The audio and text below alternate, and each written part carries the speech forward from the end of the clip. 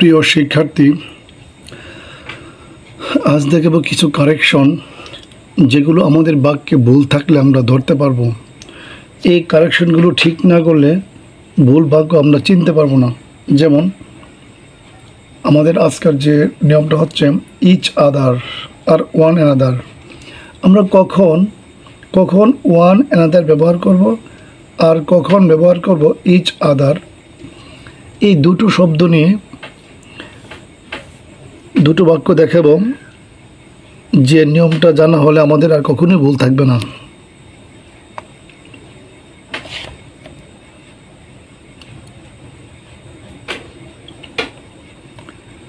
যেমন বাক্যটা হচ্ছে this two boys help one another.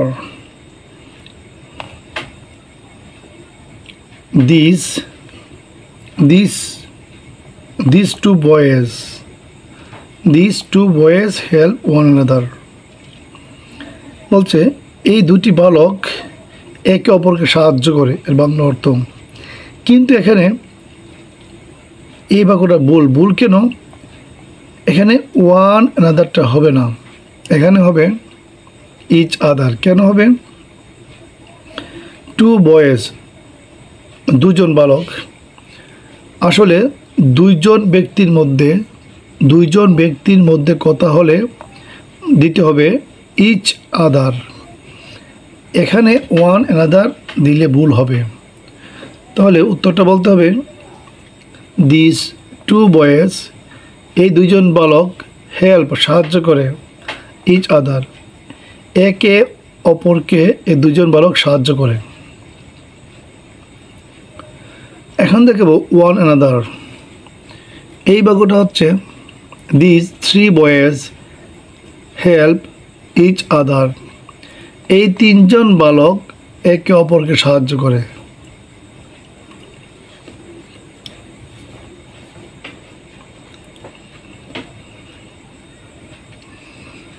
এখানে ইচ আদার, এখানে ইচ আদারটা হবে না, এখানে হবে ওয়ান অ্যানাদার। কেন হবে? এখানে থ্রি বয়েজ, তিনজন বালক। যদি দুইজন মানুষের মধ্যে হয় তাহলে ইচ আদার। যদি দুইয়ের চেয়ে বেশি, দুইজন লোকের থেকে বেশি মানুষ নিয়ে কথা বলে তখন হয় ওয়ান অ্যানাদার, তখন ইচ আদার হবে না। তাহলে লাইনটা হচ্ছে দিস থ্রি বয়েজ, এই তিনজন বালক হেল্প সাহায্য করে ওয়ান অ্যানাদার, তিনজন বালক একে অপরকে সাহায্য করে।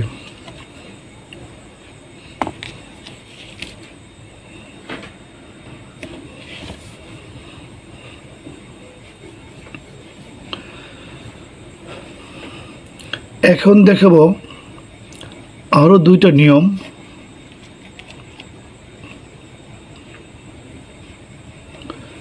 এখানে দেখাবো আসলে কম্পারেটিভ আর সুপারলেটিভ, এর মধ্যে কোনটা কি।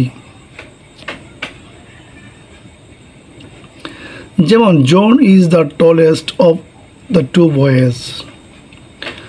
জন হচ্ছে সবচেয়ে লম্বা অফ দ্য টু বয়েজ। বলছে দুইজন বালকের মধ্যে জন হলো সবচেয়ে লম্বা। এখন ভুলটা হচ্ছে টলেস্ট।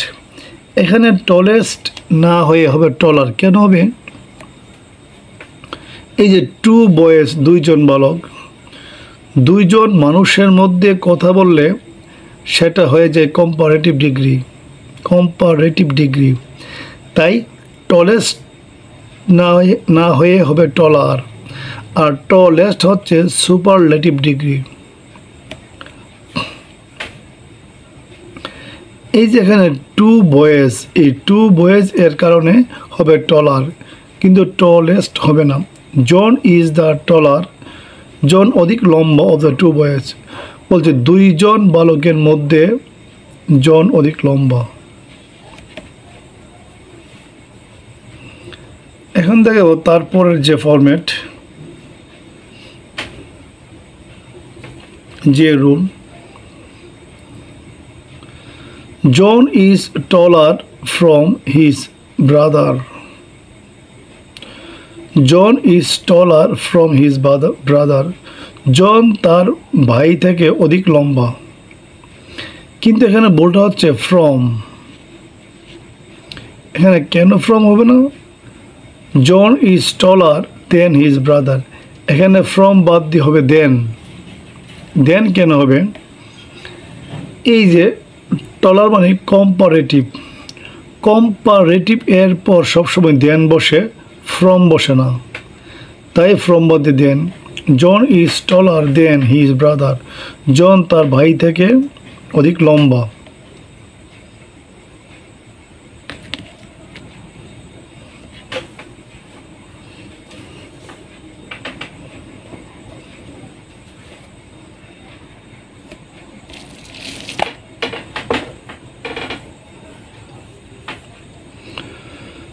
প্রিয় শিক্ষার্থী, এখন দেখাবো আরও দুইটি শব্দ, যে দুইটি শব্দ আমাদের সবসময় ভুল লাগে, হ্যাঁ ভুল মনে করি, সন্দেহ হয়।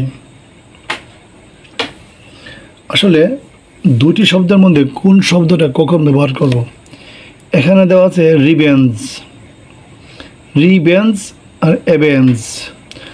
রিভেঞ্জ অর্থ প্রতিশোধ নেওয়া, অ্যাভেঞ্জ অর্থ প্রতিশোধ নেওয়া।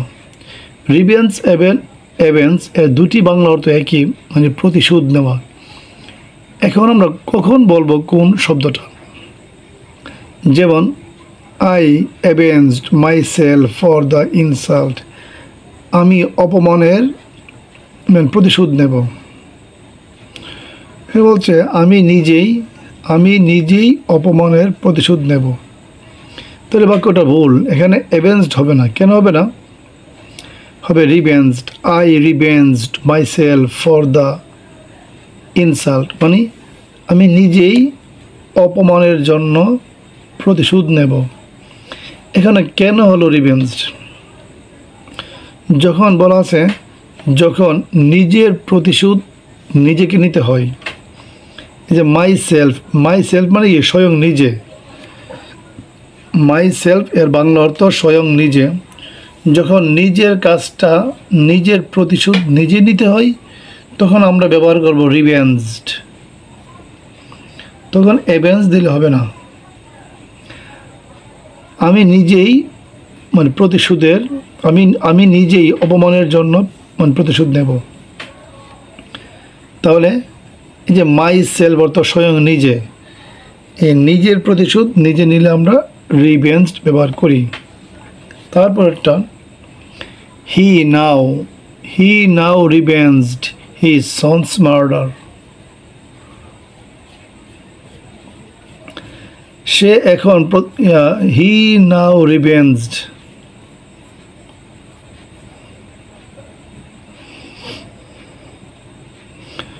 সে প্রতিশোধ নিয়েছিল হিজ সনস মার্ডার, তার সন্তানের হত্যার, মানে তার সন্তানের হত্যার সে প্রতিশোধ নিয়েছিল। এখানে রিভেঞ্জড না হয়ে উত্তরটা হবে হি নাও অ্যাভেঞ্জড হিজ সনস মার্ডার। কিন্তু এখানে কেন হবে অ্যাভেঞ্জড? কারণ এখানে বলছে হিজ সনস মার্ডার, তার পুত্রের বা তার ছেলের হত্যার। এখানে দেখা গেল কাজটা কিন্তু আমার না, কাজটা বলছে হিজ সনস, তার সন্তানের। যখন নিজের কাজটা নিজে করবে তখন হবে রিভেঞ্জড। আর এখন কিন্তু নিজের কাজটা নিজে হচ্ছে না, এখন কাজটা হচ্ছে সন্তানের মার্ডার। হিজ সনস মার্ডার, তার সন্তানের হত্যার প্রতিশোধ। যখন অন্যের প্রতিশোধ নিতে যাওয়া হবে তখন দিতে হবে অ্যাভেঞ্জড, রিভেঞ্জ দিলে হবে না। এই হচ্ছে সেই ভুল।